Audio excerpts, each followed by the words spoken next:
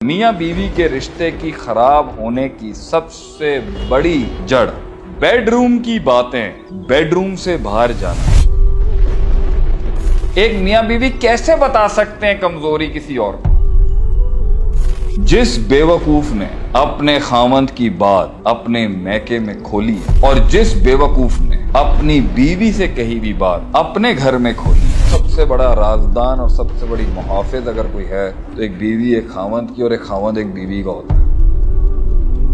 جب دھوکے اپنے میکسیمم پہ مل جائیں گے نا، پھر سوائے بیوی کو خاوند اور خاوند کے علاوہ بیوی کو سمجھ ہی کچھ نہیں آئے گا۔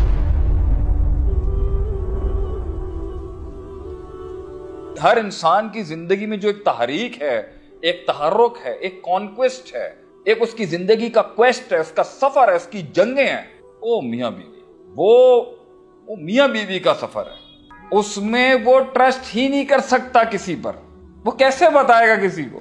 ایک میاں بیوی کیسے بتا سکتے ہیں کمزوری کسی اور کو؟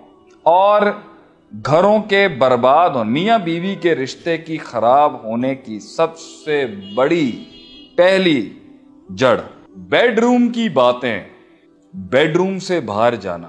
ہم جیسے فقیروں کی دنیا میں کفر سمجھا جاتا ہے اس کو۔ جس بیوقوف نے اپنے خاوند کی بات اپنے میکے میں کھولی ہے اور جس بیوقوف نے اپنی بیوی سے کہی بھی بات اپنے گھر میں کھولی ہے، یہ ان بیوقوفوں کو اللہ ہدایت دے، مت دے، ٹانگ دینا چاہیے ایسے لوگوں کو جو اپنی بیڈ روم کی باتیں اپنے پرسنل معاملات میں اپنی بہن، اپنی ماں، اپنے گھر والے ان کو انوالو کرتے ہیں۔